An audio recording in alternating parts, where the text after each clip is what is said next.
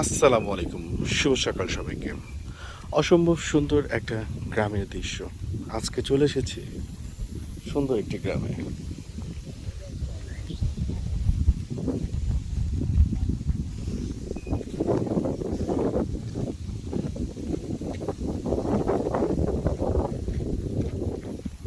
Guys, পাট হচ্ছে বাংলাদেশের সোনালী আঁশ।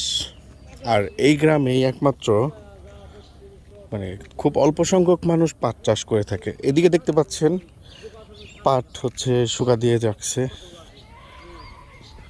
আর এটা হচ্ছে পাটখড়ি।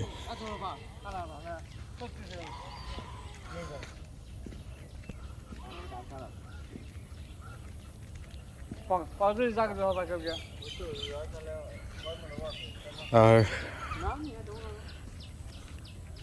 এই পাটের আঁশগুলো হচ্ছে এই পাটখড়ি থেকে হচ্ছে আলাদা করা হয়। আর এই খড়িগুলো জ্বালানি কাজে বা বিভিন্ন ঘরবাড়ির কাজে ব্যবহার করা হয়। আর পাট তো হচ্ছে অনেক কাজেই বিক্রি করা হয়। যাই হোক, এই গ্রামে মোটামুটি পাট চাষ চাষ হয় ভালোই। এই দিকে দেখতে পাবে যে পাট জাগ দিয়ে রাখছে। এদিকে দেখতে পাচ্ছেন এই যে কচুরি পানা দিয়ে যে ঢেকে রাখা হয়েছে, অ্যাকচুয়ালি এখানে পাট জাগ দেওয়া হয়েছে। আর এই পাটগুলো যখন পচে যায়, মানে জাগ হয়ে যায়, তারা হয়তো সর্বোচ্চ 1 সপ্তাহ রাখে এটা।